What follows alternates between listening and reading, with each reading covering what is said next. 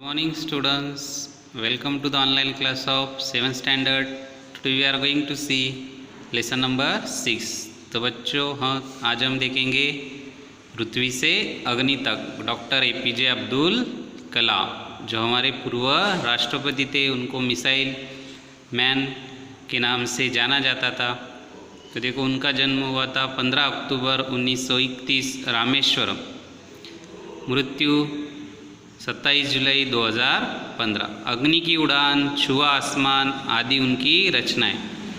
तो देखो ये जो हमारे पूर्व राष्ट्रपति थे एपीजे अब्दुल कलाम, अभी 15 अक्टूबर मतलब कुछ दिन पहले उनका जो जन्मदिन था वो अंतर्राष्ट्रीय वाचन प्रेरणा और विद्यार्थी दिन के रूप में मनाया गया।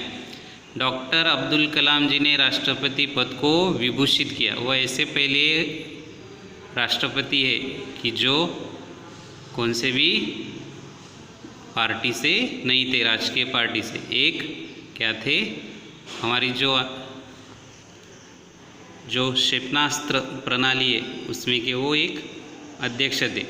अनमोल योगदान के लिए आपको भारत रत्न सम्मान प्राप्त हुआ है।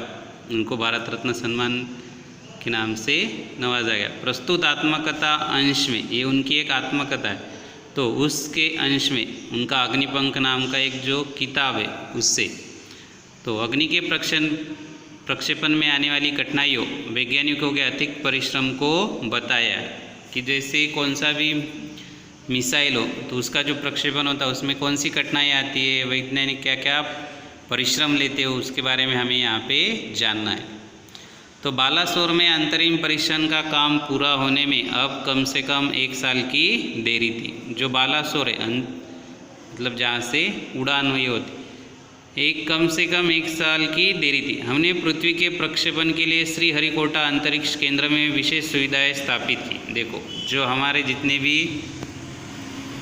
प्रक्षेपण होते हैं मिसाइल के, तो इन्होंने पृथ्वी के प्रक्षेपण के लिए, पृथ्वी मिसाइल के प्रक्षेपण के लिए श्रीहरिकोटा अंतरिक्ष केंद्र है, वहाँ पे विशेष सुविधाएं स्थापित। इनमें से एक लॉन्च पैड जहाँ से वो मिसाइल टेक ऑफ होता है, ब्लॉक हाउस, नियंत्रण उपकरण तथा चलित दुर्मिति केंद्र शामिल थे। पृथ्वी उपग्रह को 25 फरवरी 1988 को सुबह 11:23 पर छोड़ा गया। यह देश के रॉकेट विज्ञान के इतिहास में एक युगांतरकारी घटना थी। देखो क्या थी, रॉकेट विज्ञान के इतिहास में एक युगांतरकारी घटना थी कि भारत भी किसी दूसरे राष्ट्र से कम नहीं है, भारत भी अपनी खुद की एक टेक्नोलॉजी बना सकता है। तो देखो निर्देशित मिसाइलों के क्षेत्र में एक आत्मनिर्भर देश के रूप में पृथ्वी के उद्भव ने संसार के सभी विकसित देशों को विचलित कर दिया था। देखो कि जो निर्देशित मिसाइलों के क्षेत्र में मतलब बहुत सारे जो हमारे दूसरे देश हैं उनके पास भी क्या थी, मिसाइलें थी। तो भारत ने खुद की टेक्नोलॉजी यूज करके आत्मनिर्भर देश के रूप में पृथ्वी के उद्भव ने संसार के सभी विकसित देशों को विचलित कर दिया। सामर्थ्यशील नागरिक, अंतरिक्ष उद्योग और व्यवहार्य मिसाइल आधारित सुरक्षा प्रणाली ने भारत को चुनिंदा राष्ट्रों के समूह में पहुंचा दिया था कि जो बाकी के देश है वो खुद की टेक्नोलॉजी यूज करते, तो भारत भी क्या है अब खुद की टेक्नोलॉजी से अच्छी अच्छी मिसाइलें बना सकता है। लेकिन क्या एक पृथ्वी ही पर्याप्त होगा? क्योंकि आज आप हम देखते हैं कि बहुत सारे क्या है अलग अलग मिसाइल है, तो उसके लिए लेकिन क्या एक पृथ्वी ही पर्याप्त होगा? क्या 4-5 मिसाइल प्रणालियों का स्वदेशी विकास हमें पर्याप्त रूप से ताकतवर बना पाएगा? क्योंकि जो बाकी के देश है उनके पास टेक्नोलॉजी हमसे ज़्यादा है, और उसके बाद क्या था कि उनके पास मिसाइलें भी ज़्यादा। जैसे हम देखते हैं कि अमेरिका ने क्या किया था, जापान पे अणुबॉम्ब डाला था, तो उस प्रकार से तो उसी समय अग्नि को एक टेक्नोलॉजी प्रदर्शन परियोजना के रूप में विकसित किया जा रहा था। तो अब पृथ्वी के बाद अग्नि एक जो मिसाइल है उसको टेक्नोलॉजी प्रदर्शन परियोजना के रूप में विकसित किया जा रहा था। देश के भीतर उपलब्ध समस्त संसाधनों को दांव पर लगाकर यही एक उत्तर था।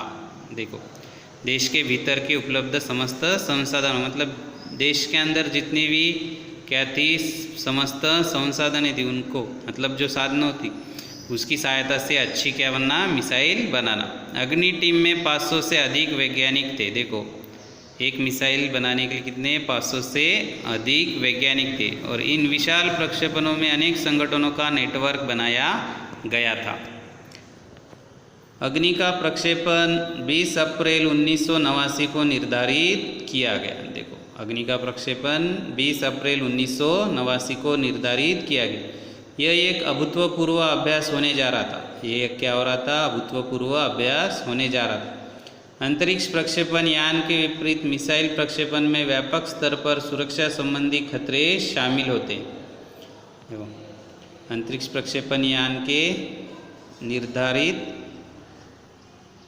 विपरीत मिसाइल प्रक्षेपण में व्यापक स्तर पर सुरक्षा संबंधी खतरे शामिल थे। प्रक्षेपण की पूर्व तैयारी की सारी गतिविधियां तय कार्यक्रम के अनुसार पूरी हो गई थी। जिस समय हम T14 सेकंड पर थे, कंप्यूटर ने संकेत दिया कि उपकरणों में से कोई एक ठीक से काम नहीं कर पा रहा। इसे तुरंत सुधार लिया गया। इस बीच निचली रेंज के केंद्र ने होल्ड के लिए कहा। होल्ड मतलब रुक जाओ।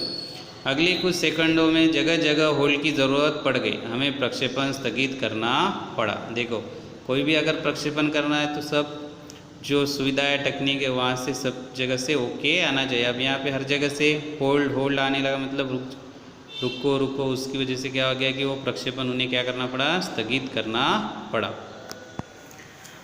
मैं अपनी टीम के सदस्यों से मिलने गया जो सदमे और शोक की हालात में थे। देखो क्योंकि उन्होंने बहुत मेहनत ली थी, 500 से भी अधिक वैज्ञानिक थे और क्या हो गया, प्रक्षेपण स्थगित करना पड़ा।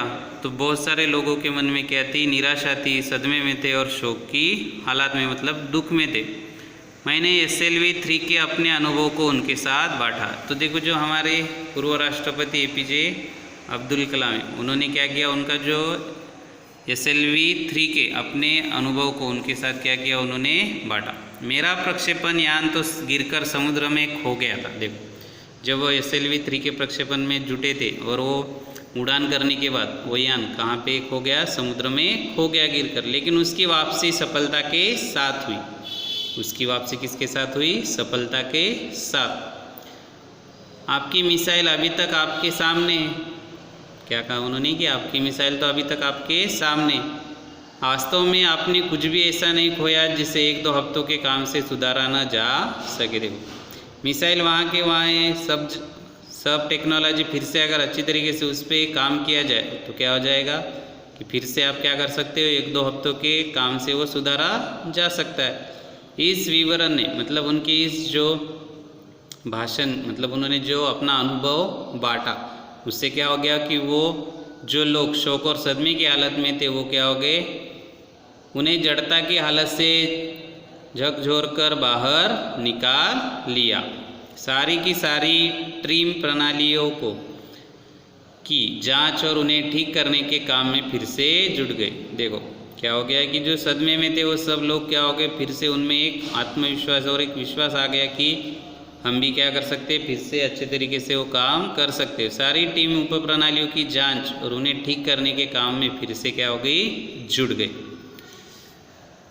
अगले 10 दिन तक दिन रात चले विस्तृत विश्लेषण के बाद हमारे वैज्ञानिकों ने मिसाइल को 1 मई 1989 को प्रक्षेपण के लिए तैयार कर लिया। देखो अगले क्या हो गया, अगले 10 दिन तक दिन रात क्या किया, वैज्ञानिकों ने क्या किया, काम किया और फिर से वैज्ञानिकों ने क्या किया, मिसाइल को 1 मई 1989 को प्रक्षेपण के लिए तैयार कर लिया। लेकिन स्वचालित कंप्यूटर जांच अवधि के दौरान T10 सेकंड पर एक होल्ड का संकेत दिखाई पड़ा। मतलब जब उल्टी गिनती स्टार्ट होती है तो